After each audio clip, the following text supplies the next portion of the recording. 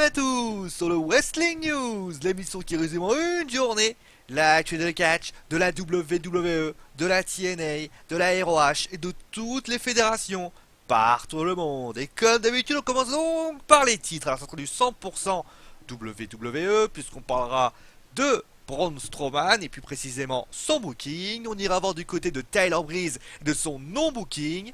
Et on terminera, comme tous les lundis, avec une preview de WWE Raw. Allez, on commence maintenant donc avec Braun Strowman. C'est vrai que Braun Strowman, on en parle beaucoup. Pas mal de personnes se posent des questions. C'est vrai, on n'arrête pas de se susciter, il suscite beaucoup d'inquiétude et de curiosité. Est-il à la hauteur? Est-il capable d'être le lutteur capable de, justement, de soulever des foules? Je dis que 2 fois capable. Parce qu'en effet, si à l'écran on peut pas dire que c'est très rassurant, il ressemble à un palmier, mais il semblerait qu'en coulisses, il travaille comme un dingue et se serait largement amélioré. Et on verrait donc tout ça à WrestleMania. D'ailleurs, et si certains s'imaginent que cela va changer, que Strowman va disparaître dans les méandres de la lutte professionnelle, eh ben détrompez-vous, car celui qui est derrière ce personnage n'est autre que, roulement de tambour, que Vince McMahon en personne. Et oui, notre Vinny, eh bien, est tellement à fond sur son personnage qu'il veut que toutes les décisions prises pour Strowman doivent être validées par sa personne, que ce soit les défaites, que ce soit les utilisations, que ce soit n'importe quoi. S'il change de chaussettes, s'il change de slip, il faut voir Vince McMahon. D'ailleurs, la question est de savoir, c'est comment va-t-il être cuisiné à WrestleMania 32. Alors je vous rassure, fans de catch, on parlait d'un match entre l'Undertaker et lui en solo. Il n'y aura pas de match entre les deux. Mais il se murmure que 2 matchs pourraient être possibles. Une participation dans la Andre Giant Battle Royale et donc un match en pré-show et donc semblerait aussi une victoire, ce qui pourrait être considéré qu'il est le grand successeur du Big Show, ce qui semble être choisi par Vince, ou alors le Six-Man Tag Team Match, Strowman, Luke Harper et Rowan contre les Brothers of Destruction et le Big Show, un match plus dérangeant parce que je vous rappellerai que ce qui s'est passé du côté des Survivor Series. En tout cas, c'est plutôt la deuxième solution qui semble être prise en compte, parce qu'il semblerait qu'à Fastlane, Strowman fasse équipe avec les 2 autres déjà, et finalement, il affronterait donc le Big Show, Kane, et non pas l'Undertaker, mais plutôt Mark Henry. Et donc, on verrait sans doute le 2e match avec en remplacement de Mark Henry l'Undertaker du côté de WrestleMania. Et d'ailleurs, on a tellement des visions à long terme pour lui qu'on parle même du SummerSlam où il défierait carrément Brock Lesnar. Bon, en tout cas, si tout ceci reste à l'état de rumeur, cela confirme que le géant a une belle voie toute tracée et que s'il ne fait pas trop de conneries, contrairement à celui qu'on va parler après, bah, il pourrait atteindre des sommets. Oui, je sais, ma blague est nulle, mais bon, vous savez, le sommet, il est grand.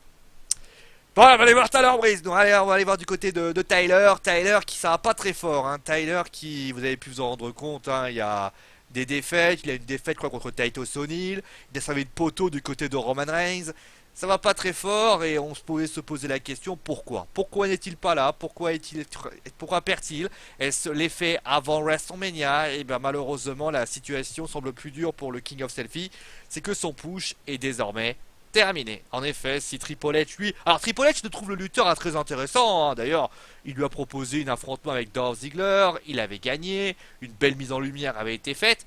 Du côté de Vince McMahon, le problème c'est plutôt de Vince McMahon, parce que, bah oui, Vince McMahon il n'est pas très intéressé par sa présence, il trouve qu'il est inutile, et donc il a préféré arrêter son push. Alors désormais, bah il a plus qu'aucun plan à long terme.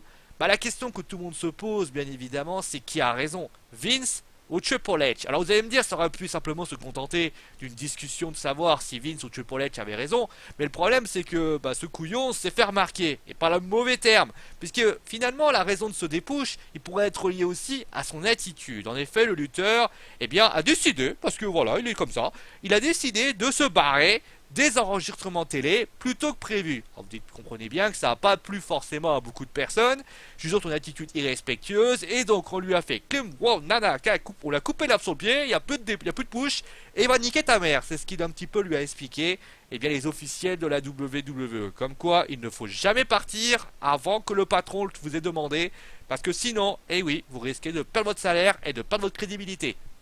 Pour ceux qui travaillent, on vous laisse expliquer là-dessus. Bon, allez, on termine maintenant donc avec une preview de WWE Raw. Que va-t-il se passer dans ce show, bien sûr? Ce show qui d'ailleurs verra la revanche entre AJ Styles et Chris Jericho. Y2J va-t-il prendre sa revanche?